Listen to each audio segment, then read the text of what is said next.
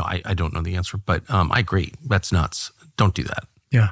And look, back to Brzezinski. He and Alexander Haig said in 1993, we should normalize relations with Iran. We should build an oil pipeline across that country and get along with them. The Ayatollah keeps preferring that modernists and reformers win the presidency. Ahmadinejad was a big counter to that, but Rafsanjani and Khatami and these other guys, Rouhani and these other presidents that we've had, they want to get along with the United States. I mean, Tucker, if you're the Ayatollah, what are you going to do with a problem like the USA? We're the global empire, armed to the teeth with H-bombs. And we do nothing but dictate to them all day. And they do what they have to survive, essentially. And this is why the Israelis and their partisans always have to resort to this propaganda about how, no, the Ayatollah wants the end times. He wants to force the 12th Imam to come back and blow up the world and all of these things. Because they essentially have to resort to those claims in order to obfuscate and to confuse the issue of just why wouldn't Iran's government act in their national interest as close as they can for their own short-term survival, which is the obvious correct way, and medium-term survival, which is obviously the correct way to look at it. Is Iran the last government on the list to yes. be toppled? Okay. Yeah. So it's Iraq, Syria, Lebanon, meaning especially Hezbollah in southern Lebanon. Nasrallah. Nasrallah is dead. Libya, Somalia, and Sudan, which we've been at war in Somalia since 2001. It's the longest war in American history. That's a whole other interview for you. And Sudan, at least the CIA broke off the south from the north, and they've had a regime change there. Luckily, we didn't go to war against Sudan.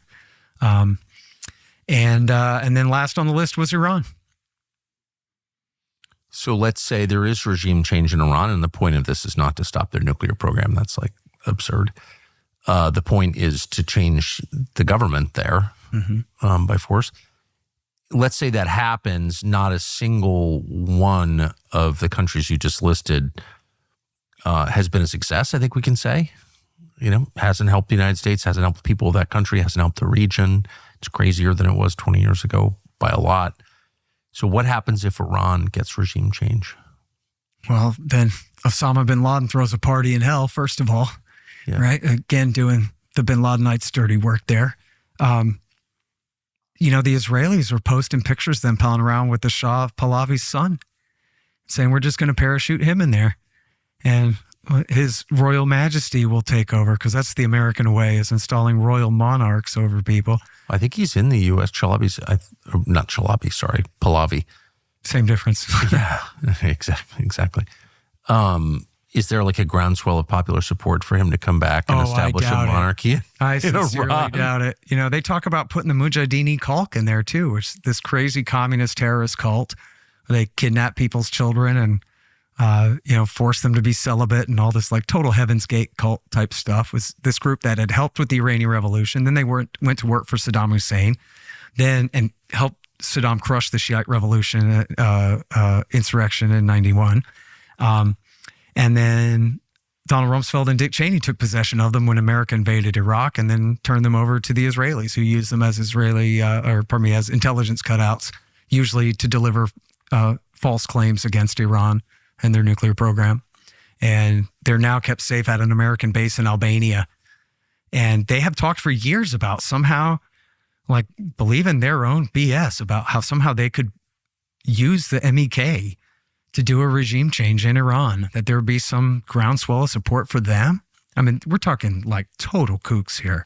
What was the celibacy part? Control.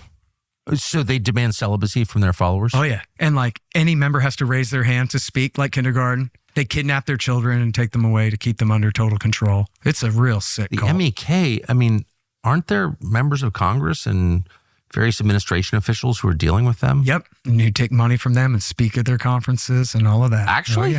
Oh, yeah. Including, I really like Dana Rohrabacher, but he's one of them.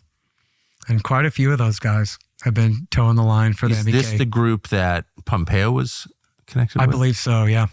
And then most of the time, the propaganda that they push are total hoaxes. Just a few weeks ago, right, 1 week before the bombing started, maybe 2 weeks, the NCRI, the National Council for Resistance in Iran, which is their front group, put out a thing saying, hey, look, satellite pictures of this new base in Iran, which we swear is a nuclear weapons facility. And that went nowhere. It was just some Israeli propaganda that they funneled through this group. But then the CIA didn't vouch for that. And it wasn't one of the targets that was bombed in the recent campaign or anything. This is like a wasteland of like deception and shifting alliances and broken promises and shattered dreams. I mean, like everything you've said for the past 2 whatever hours it's been is so depressing and also confusing, but more than anything, utterly divorced from America's national interest. That's right. Like none of this has anything to do with what's happening in New York City, right, or Eugene, Oregon, or anywhere. And I just wonder, do you, since you work on this full time, do you imagine a time in our lifetimes where the attention of the U.S. government is drawn back to the United States? Some attempt is made to improve life here? Or over their dead bodies, I mean, figuratively speaking, that like, yeah, it'll have to be a coalition of Americans who just will not stand for it anymore. I mean, we're already at the point, Tucker, where they would much prefer to back bin Ladenite suicide bombers and fly Predator and Reaper drones around than send the 3rd Infantry Division anywhere. They know we won't stand for it, right? Iraq War II, I think, was the last gasp for these large-scale land invasions. Yeah, we got the Vietnam syndrome again. And we don't want to do that. I mean, there's a huge movement in this country now called Defend the Guard, which is led by veterans of Iraq and Afghanistan. They're trying to get the state legislatures to pass laws forbidding the governor from transferring National Guard troops to the president for foreign combat without an official declaration of war from the Congress, which they know they'll never get. And these are guys who are just saying, enough of this. We're not doing this anymore.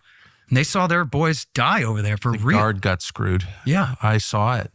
I mean, people don't remember, but before 2001, really 2003, the National Guard wasn't a joke exactly, but people did make fun of it. Like weekend warriors, they're not really in the military. They're like the secondary reserve. Yeah, I mean, exactly. And then the next thing you know, like they're fighting a real war. Yeah. And I don't think that they signed up for that.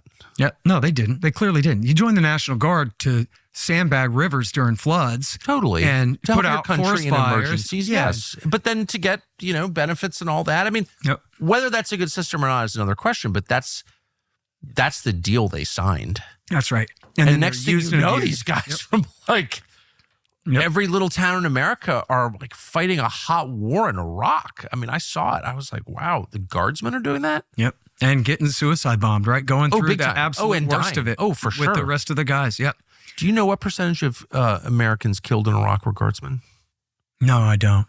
But it was not insignificant. Yeah, no, it was plenty. It was 4,500 troops overall, Marines and soldiers and airmen died. And then, another couple of thousand contractors and then high tens of thousands. Couple of thousand contractors? Yeah. And many tens of thousands wounded. And there's a study at the Cost of War Project. This is now many years old, Tucker. This is 5, 6, 7 years old or something. They did a study where they had determined that 30,000 veterans had killed themselves since coming home. I know one. Yeah, no, I believe that completely. Yeah, it's really messed up.